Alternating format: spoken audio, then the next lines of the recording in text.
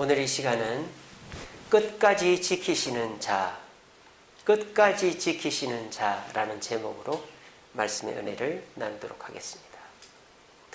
오늘 본문은 여러분들이 많이 들어보신 미스바 기도 모임입니다. 이 사람은 사무엘이고요.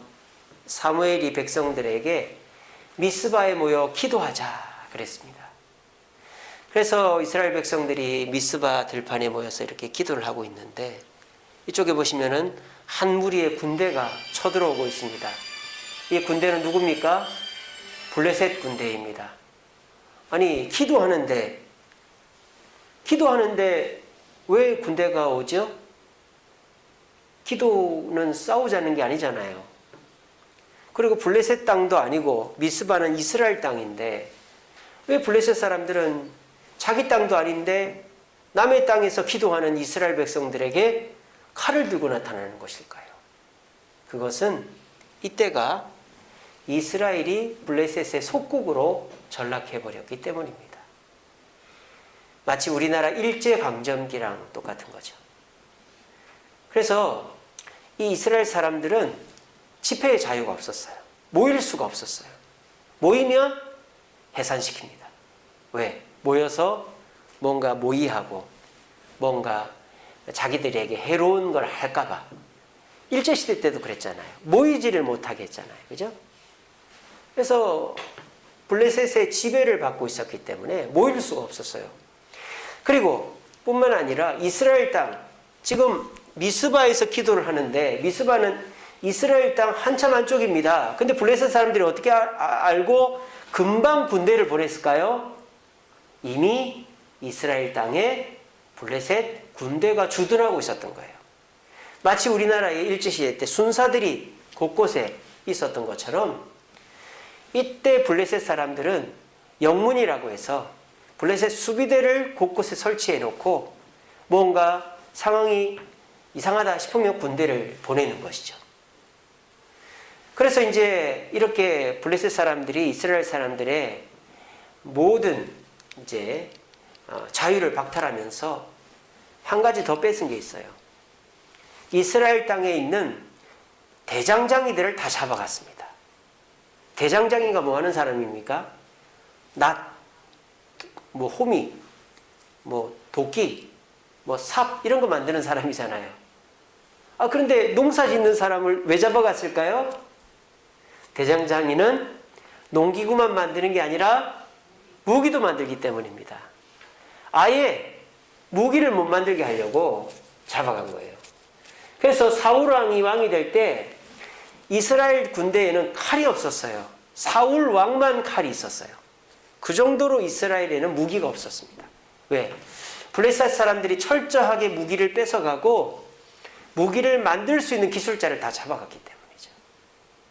그래서 이스라엘 사람들은 지금 자기 나라, 자기 땅에서 싸우자는 것도 아니고 그냥 기도하는 건데 그거를 못하고 블레셋 사람들로부터 위협을 받고 있단 말이에요. 자, 그런데 이스라엘 사람들이 지금 어떻게 합니까? 도망을 안 갑니다. 왜 도망을 안 갈까요? 하나님이 우리를 도와줄 거라고 생각을 하고 있기 때문입니다.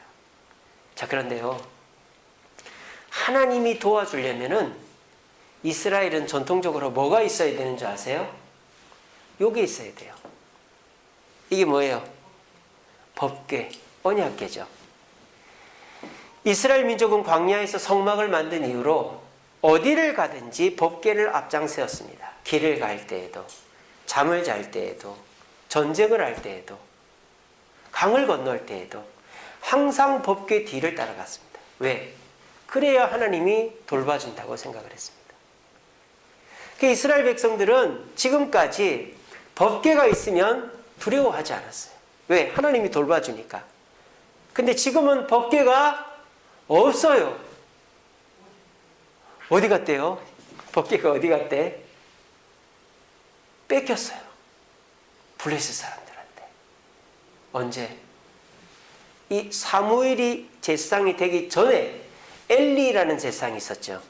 이 엘리의 아들이 둘이가 있었어요. 홈니와 비느하스라는 아들이 있는데 이 홈리와 비나스가 얼마나 나쁜 놈인지. 성막에서 하나님께 제물을 드리고 남은 고기를 드리기도 전에 인마이 포켓하고, 성막에서 일하는 여자들과 놀아나고, 아주 질이 나쁜. 근데 아버지가 제사장이니까 아버지 뺑 믿고 나쁜 짓을 하고 돌아다니고. 근데 블레셋과 전쟁을 해야 될 일이 있었는데 이 홈리와 비나스가 처음에 진 거예요. 그러자 언뜻 생각이 난 게 뭡니까? 법궤를 앞장 세우면 무조건 이긴다. 그 생각이 나서 아버지한테 허락을 받고 지성소에 있는 법궤를 메고 전쟁에 나갑니다. 이겼을까요? 졌을까요? 이겨야 되는데 져버린 거예요. 왜? 법궤도 중요하지만 그 법궤를 들고 나가는 사람들의 신앙과 정결함이 더 중요했기 때문에. 그래서 그 전투에서 법궤 뺏기고 홈리와 비나스 죽고 그 소식을 듣는 엘리도 의자에 털썩 주저앉다가 머리가 의자 이런 그 등받이에 팍 부딪히면서 목뼈가 부러져서 죽어버렸어요. 그래서 엘리 제사장의 집안이 끝나고 이 사무엘이 그 다음 대에 제사장이 된 거죠. 그래서 지금 법궤가 없습니다. 자, 법궤가 없으면 이스라엘 민족은 자기를 보호해 줄 게 없단 말이에요. 칼도 없고 아무것도 없는데, 뭐 갑옷도 없고 방패도 없고. 근데 이 사무엘이 도망가지 말고 기도하자고 하니까 어쩔 수 없이 기도하는 거예요. 그래서 결과적으로 어떻게 됐을까요? 칼도 없습니다. 방패도 없습니다. 갑옷도 없습니다. 싸울 줄도 모릅니다. 더군다나 법궤도 없습니다. 이러면 당연히 져야 되는 거 아니에요. 결과는 정반대였습니다. 블레셋 군대가 도망치기 시작합니다. 그래서 블레셋 군대가 이 전투에서 패배합니다. 그래서 이스라엘 백성들이 하도 신기해가지고 블레셋 군대를 저 멀리까지 몰아내고는 그 땅 이름을 에벤에셀이라 그랬어요. 에벤에셀. 에벤에셀의 뜻이 뭐냐? 이겁니다. 여기까지 우리를 도우셨다. 하나님께서 여기까지 우리를 도우셨다는 거예요. 이 미스바 기도와 미스바 전투의 장면은 이스라엘에게 있어서 한 획을 긋는 장면입니다. 이 미스바 기도 이전에는 모든 전투에는 법궤가 따라 나서야 됐었어요. 근데 미스바 전투 이후에는 법궤를 들고 나가지 않고 싸워도 이길 수 있다는 확신이 들게 된 것입니다. 그래서 이 미스바 전투는 법궤 없이 이길 수 있다는 최초의 자신감을 심어준 사건이 되는 것입니다. 우리들도 하나님의 도움을 구합니다. 우리가 교회에서 하는 게 노름을 합니까? 사기를 칩니까? 나쁜 짓을 합니까? 모여서 예배하고 기도하는데 세상 사람들은 어떻게 합니까? 예배 못하게 하고 기도 못하게 하려고 코에 걸면 코걸이, 귀에 걸면 귀걸이, 이런 핑계들을 대고 우리를 핍박합니다. 통계가 나왔는데 교회 예배에서 집단 감염은 일어나지 않았다라는 거 아닙니까?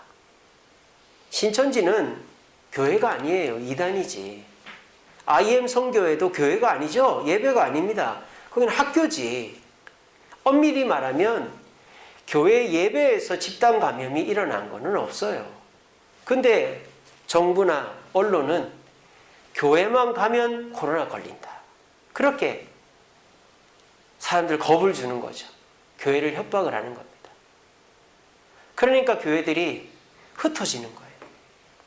안 모이는 거예요. 온라인 예배로 드리자. 모이면은 괜히 코로나 걸리면 어떡해. 또 벌금 물면 어떡해. 막 두려워서 흩어지는 겁니다. 그런데 우리가 뭔가 잘못했나, 우리가 힘이 약해서, 우리가 돈이 없어서, 우리가 힘센 사람이 없어서 지나, 그런 생각을 할 수도 있어요. 마치 이스라엘 백성들이 법궤가 없어서 두려워했던 것처럼. 그런데 여러분, 두려워하지 마십시오. 우리가 힘센 사람이 없다고 해서, 우리가 뭔가 대단하지 못하다고 해서, 우리가 놀라운 일을 안 했다고 해서 하나님은 우리를 안 도와주는 게 아닙니다. 법궤가 없어도, 우리가 대단하지 않아도 하나님은 끝까지 우리를 지키시는 분이라는 사실을 굳게 믿으시길 바랍니다.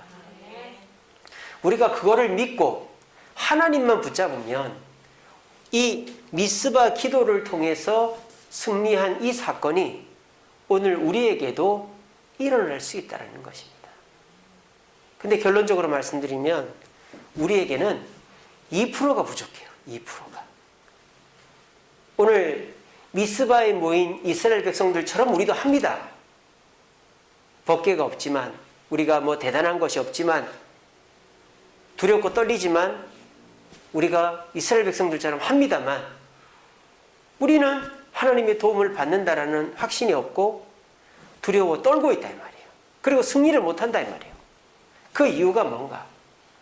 오늘 말씀을 통해 살펴보면서 우리가 아무것도 없고 죽기 직전인 이스라엘 백성들이 하나님 앞에 바르게 행동함으로 하나님의 지키심을, 끝까지 지키심을 받아서 승리한 것처럼 이 코로나 시절에 우리가 의지할 것 없이 천덕꾸러기처럼 정부와 언론의 그냥 놀림과 비난과 핍박을 받고 있는데, 우리가 그 속에서 어떻게 하면 우리가 거기에 굴하고 흩어지고 망하는 것이 아니라 끝까지 싸워 승리할 수 있는가, 말씀을 통해 살펴보시면서 하나님이 끝까지 지키시는 성도, 하나님이 끝까지 지키는 이 주세움교회가 되게 하기 위해서 우리 모두 오늘 말씀을 듣고 실천할 수 있는 저와 여러분 되시기를 간절히 바랍니다.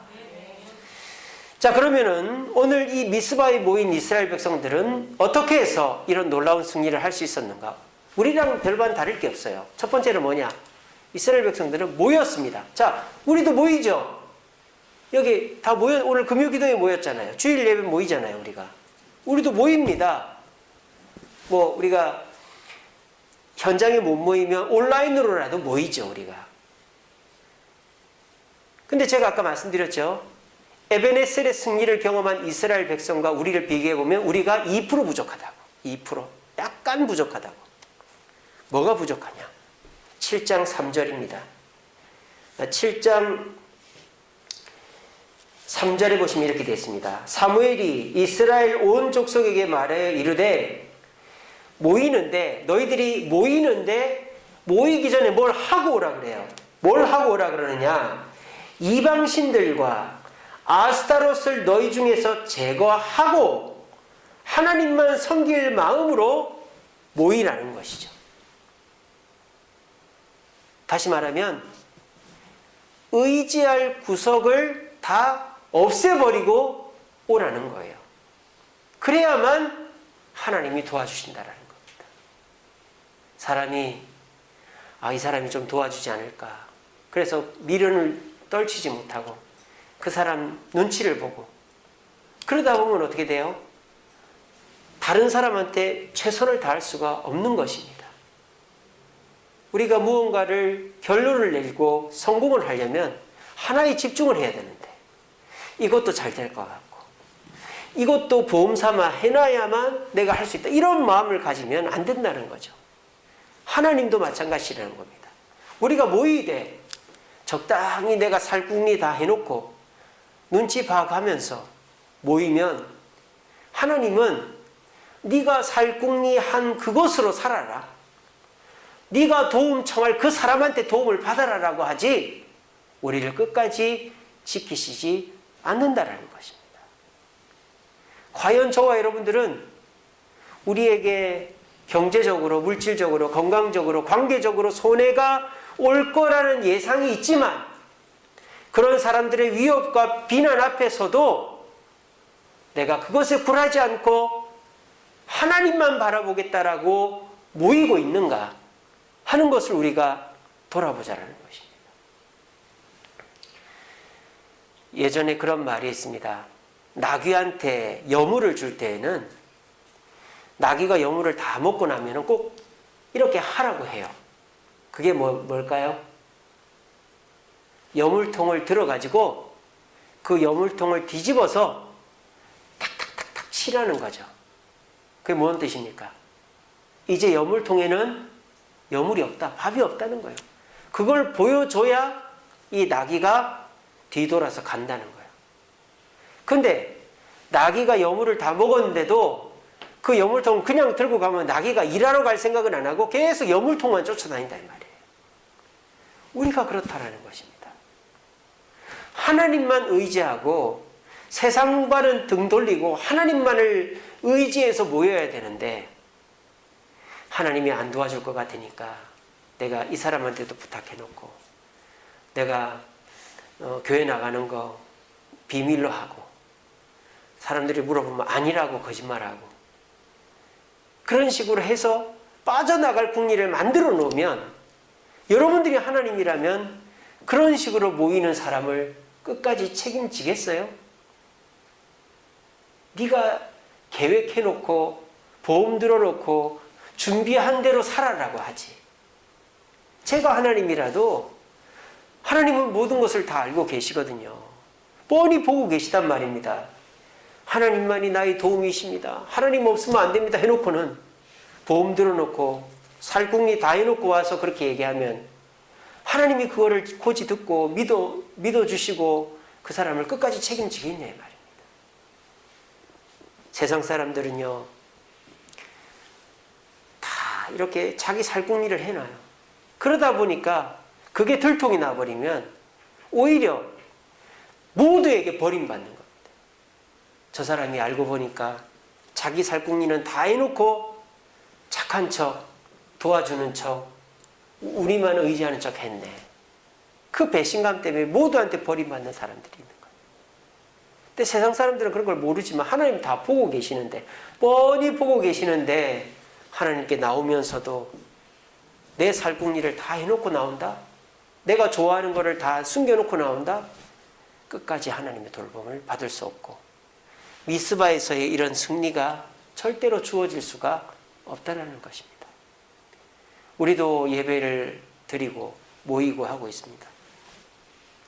근데 과연 우리는 이 예배만이 우리에게 참 소망이고 이 예배만이 우리에게 참 기쁨이고 이 예배를 나오지 않으면 수요기도, 금요기도, 새벽기도, 주일 예배를 나오지 않으면 나는 살 수 없다. 그런 심정으로 모이는지 아니면 내가 수요일은 피곤하니까 안 나가고 금요일은 사람 만나야 되니까 안 나가고 주일 예배 뭐 어쩔 수 없이 예배는 나가야 되니까 나오고 이런 식으로 하나님께 모이면 그런 사람에게 하나님은 끝까지 책임져 주지 않는다라는 거예요.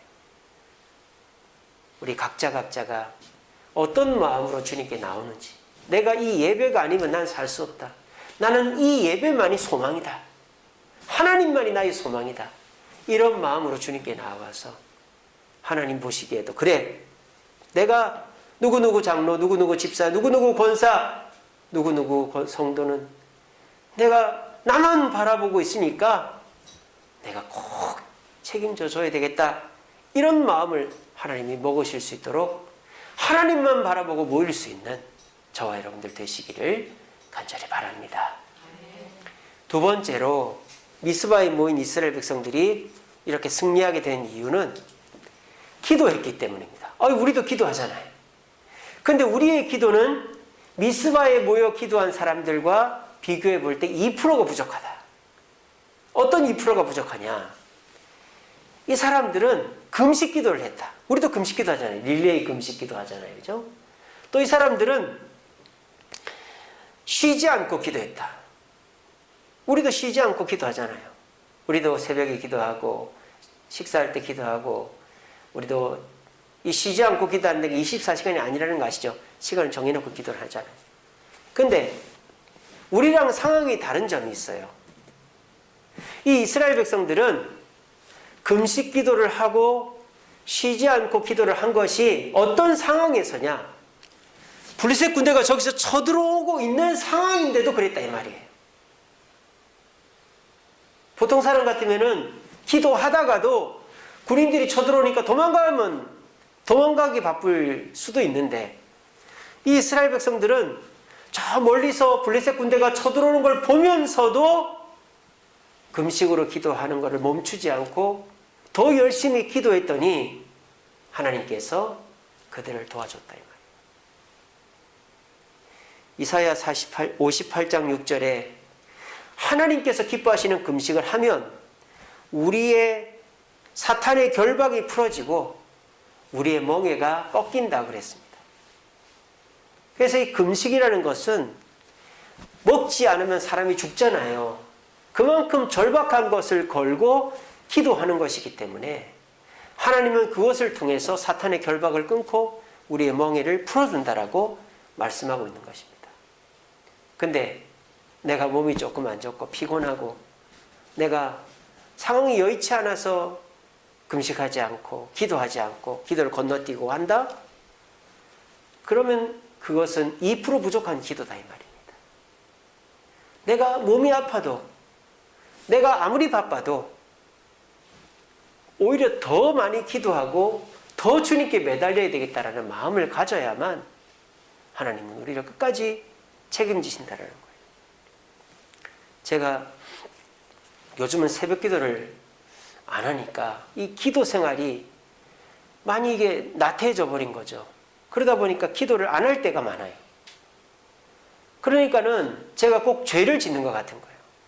마치 기도를 쉬는 죄를 범하지 않겠다라고 말하는 것처럼 내가 이 기도를 안 하면 죄를 짓는 것 같은 거예요.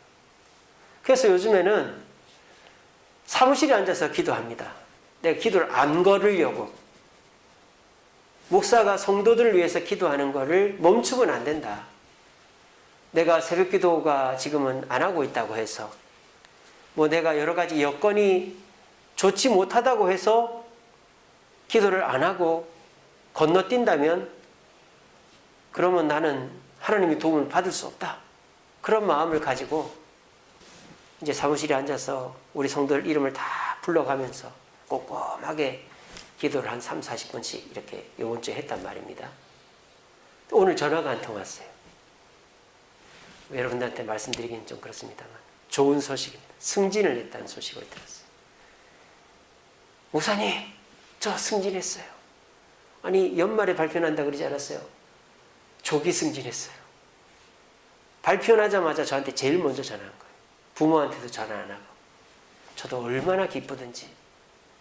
그때 제가 부끄럽더라고요. 내가 더 열심히 기도하지 못하고 참 그랬는데 그래도 하나님은 내가 사무실에 앉아서라도 기도를 안 쉬려고 발버둥 치는 모습을 보셨구나. 그리고 그 승진한 우리 집사님은 목사님 기도 덕분에 승진했다라고 기뻐가지고 제일 먼저 저한테 회사에서 그거 딱 뜨자마자 저한테 전화한 거예요. 제가 오늘 그런 일을 겪고 난 다음에 내가 정말 정신 차려서 기도해야 되겠다. 바쁘면 바쁠수록 힘들면 힘들수록 더 열심히 기도해야 되겠다. 내일 저녁 제가 금식이거든요. 제가 어떨 때는 금식을 안 하고 건너뛸 때도 있는데 절대 그러면 안 되겠다. 정말 금식하고 간절히 기도하고 힘들면 힘들수록 어려움이 눈앞에 닥치면 닥칠수록 도망치고 다른 기회를 보는 게 아니라 더 열심히 기도해야 되겠다. 그게 하나님의 도움을 받는 길이다 라는 확신을 갖게 되었습니다. 여러분들은 어떠십니까? 기도하다가도 내가 바빠지면 또는 내가 너무 힘들어지면 기도를 쉬거나 다른 도움을 청하고 있지 않습니까? 그렇게 하면 지금까지 해온 기도가 아무짝에도 쓸모가 없어지는 거예요. 부디 우리가 살 길은 하나님께 기도하는 길밖에 없다라는 사실을 기억하시고 힘들수록 내가 시간이 없을수록 금식하고 쉬지 않고 기도함으로 에베네셀의 기적이 여러분들의 삶과 가정과 우리 주세움교회에 일어나게 되기를 간절히 바랍니다. 마지막으로 이스라엘 백성들이 어떻게 했기에 에베네셀의 기적이 일어났나? 예배를 드렸어요. 이거 예배는 우리도 맨날 드리잖아요. 수요기도회, 금요기도회, 주일예배. 근데 왜 우리는 예배를 드리고 나도 내 사업체, 내 가정 코로나 이런 거 잘 해결이 안 될까요? 예배의 목적, 예배의 포커스가 달랐기 때문입니다. 2%가 부족하다 그랬잖아요. 자, 오늘 블레셋 군대들이 막 쳐들어오자 이스라엘 백성들이 사무엘한테 사무엘, 우리를 위해 더 열심히 기도해 주세요. 그러니까 사무엘이 양을 한 마리 가지고 와라 그랬어요. 그래서 9절에 보면 젖 먹는 어린 양 하나를 가져와서 하나님께 제사 드렸어요. 근데 그 제사의 종류가 뭐예요? 번제라고 돼 있어요. 번제. 제사는 5가지 종류가 있죠. 번제, 소제, 화목제, 속건제, 속죄제. 근데 이 5가지 제사는 다 의미가 달라요. 자, 소제는 감사입니다. 감사. 곡식을 드리죠. 소제는 감사. 속죄제는 이제 내 죄를 용서함 받는 거죠. 속건제는 서로 간에 화목하는 거죠. 속건제라는 거는 사람한테 지은 죄를 용서받는 거예요. 그래서 속건제 제사를 드릴 때는 하나님께도 제사를 드리지만 그 사람한테 5분의 6을 갚아야 됩니다. 그 사람한테 50만 원치를 손해를 줬으면 60만 원을 갚아야 되는 거예요. 그리고 화목제는 잔치죠. 그래서 뭔가 제상이 되거나 집안에 경사가 있으면 번제와 화목제를 이제 순서대로 드리는 거예요. 그래서 번제, 소제, 화목제, 속건제, 속죄제는 뭐 번제만 드리고 화목제만 드리고 이런 게 아니라 다 이게 순서대로 속죄제 드리고 뭐 속건제 드리고 번제 드리고 화목제 드리고 뭐 이런 식으로 이게 다 순서대로 다 한꺼번에 드리는 경우들이 많아요. 자, 그런데 이 번제는 어떤 의미냐? 번제의 의미는 헌신의 의미입니다. 헌신. 내가 이 제물이 태워져서 하나님께 바쳐지듯이 나도 하나님께 태워져서 바쳐지겠습니다라는 의미가 번제에 담겨 있는 거예요. 그래서 오늘 사무엘이 젖 먹는 어린 양 하나를 데려다가 번제로 드렸다 그랬어요. 그랬더니 하늘에 우레, 천둥에 치면서 이 블레셋 군인들이 겁을 먹은 거예요.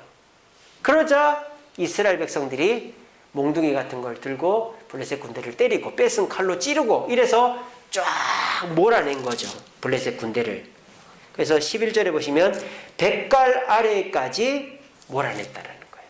그리고 미스바와 센 사이에 에베네셀이라는 곳에 돌을 세워놓고는 거기에 이제 하나님이 여기까지 도왔다. 이렇게 에베네셀이라고 이름을 붙인 겁니다. 자, 그러면은 이 이스라엘 백성들이 무엇을 헌신했는가? 이 번제는 헌신이니까요. 헌신의 목적이 뭔가?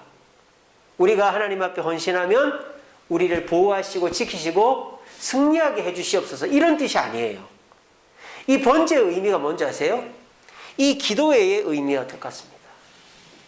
오늘 이 미스바에 이스라엘 백성들이 모여서 기도한 기도 제목이 뭘까요? 우리도 방금 막 금요기도회 하기 전에 함께 기도했잖아요.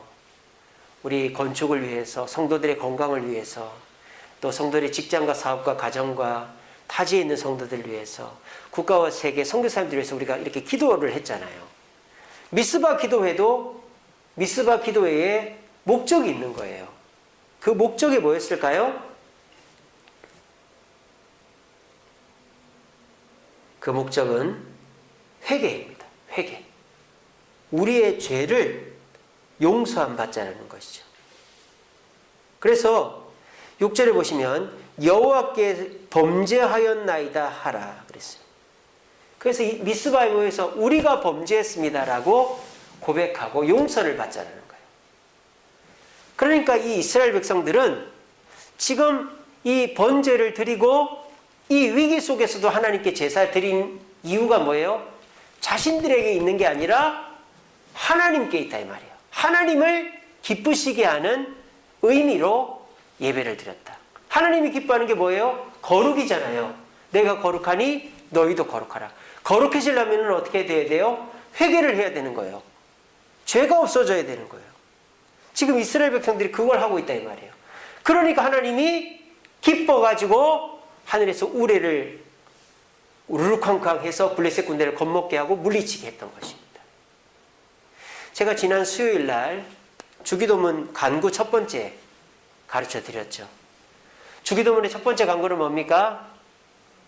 하나님의 이름이 거룩함을 영광을 받으시고, 그 다음 뭡니까? 하나님의 나라가 임하옵시고 하나님의 뜻이 임하여 주시고, 이 세 가지죠. 하나님이 영광 받으시고 하나님의 이름이 거룩히 영광 받으시고 하나님의 나라가 임하시고 하나님의 뜻이 이루어지고. 자, 주기도문의 첫 번째 간구는 다 뭐예요? 나를 위한 기도가 아니라 하나님을 위한 기도예요. 우리의 기도는 나를 위해서 하는 게 아니다 이 말이에요. 하나님을 위해서 한다 이 말이에요. 그래서 하나님이 영광을 받으시면, 하나님의 뜻이 이루어지면 우리도 복을 받는다 이겁니다. 하나님이 기뻐하시면 우리 그렇잖아요. 어렸을 때 아빠가 웃으면서 들어오면 그날은 맛있는 거 먹는 날, 엄마가 표정이 안 좋으면 밥도 못 먹는 날, 뭐 그런 거 아닙니까? 그래서 자식들은 부모님을 기쁘게 하려고 막 노력을 하죠. 근데 이제 이 자식들이 머리가 크고 하면은 부모님하고 상관없이 내가 살 수 있다 하지만, 아무리 나이가 들어도요, 부모님을 기쁘게 해야 가정이 평안하고 부모님이 기뻐야 나도 기쁜 거죠. 그렇잖아요. 아무리 부모가 힘이 없고 누워 계셔도 부모님을 슬프게 하면 그 자식은 절대 행복할 수가 없어요. 그래서 우리도 그랬던 것처럼 주기도문에서 하나님을 기쁘시게 하는 것이 우리의 기도의 핵심이다라고 예수님이 가르쳐 주신 거예요. 우리가 이 예배를 영어로 뭐라고 하는지 아세요? 서비스라고 합니다. 서비스. 여러분, 서비스가 뭐예요? 종업원이 손님한테 봉사하는 걸 서비스라고 그러죠? 그러면 예배가 서비스면은 누가 누구한테 서비스하는 걸까요?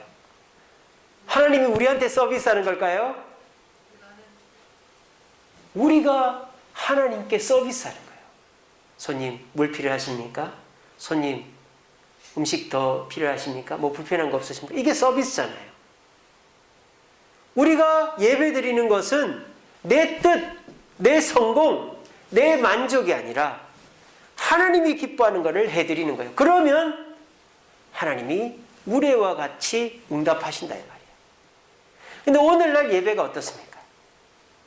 예배 시작하기 5분 전에 헐레벌떡 와가지고 앉아서 잠시 기도하고 찬송 부르는 듯 마는 듯 하면서 막 이렇게 누가 왔나 쳐다보고, 기도할 때 주보, 오늘 주보에 뭔 글이 실렸나, 누가 헌금했나, 몇 명이나 지난주 왔나 주보 보고, 설교 시간에 딴 생각하고,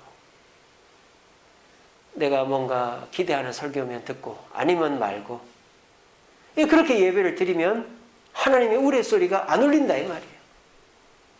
또 심지어는요, 설교 듣기 직전에 오는 거죠.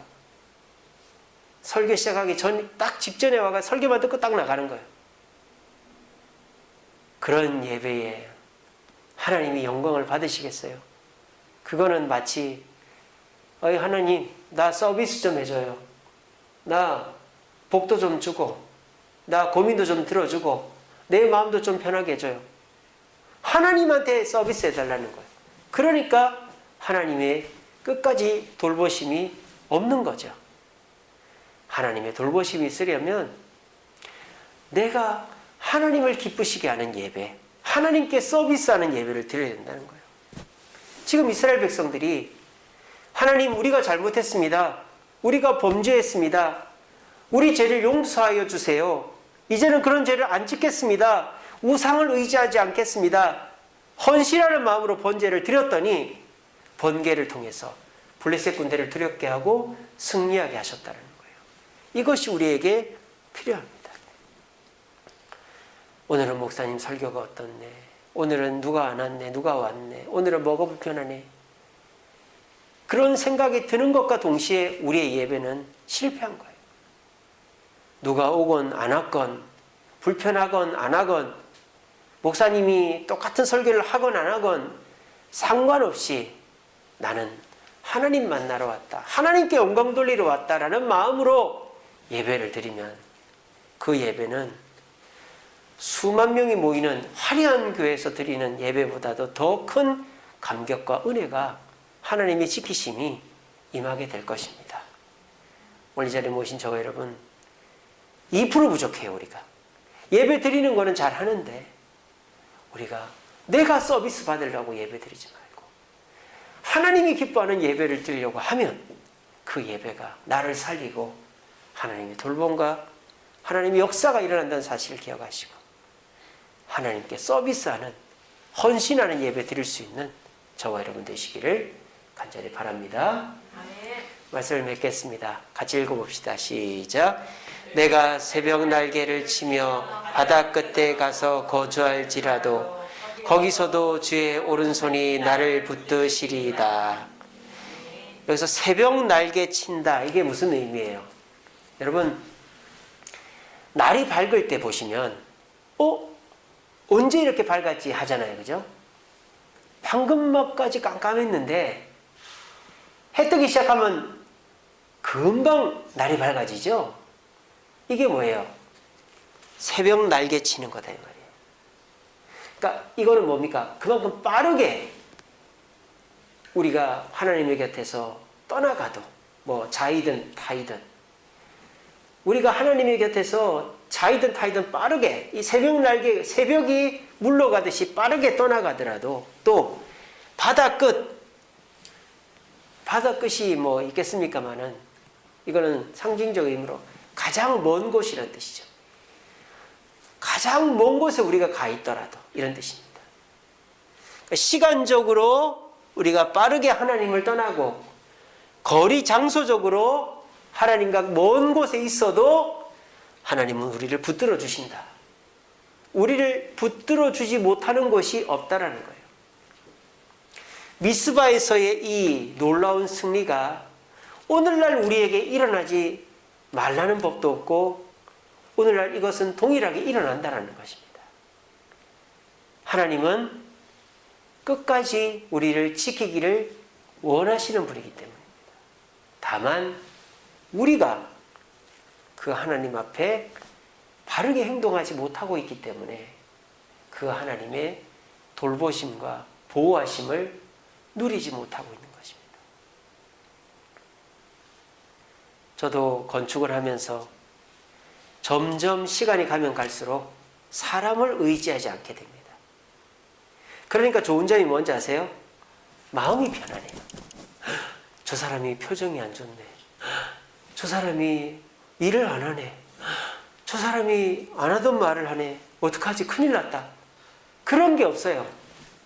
저 사람이 표정이 안 좋던, 저 사람이 말을 이쁘게 안 하던, 저 사람이 화가 나던 상관 안 해요. 왜? 하나님은 이 일을 이루실 것이기 때문에. 사람을 의지하지 않으니까요. 얼마나 마음이 편한지 몰라요. 여물통을 털어 보이듯이 이제는 사람을 의지하지 않습니다.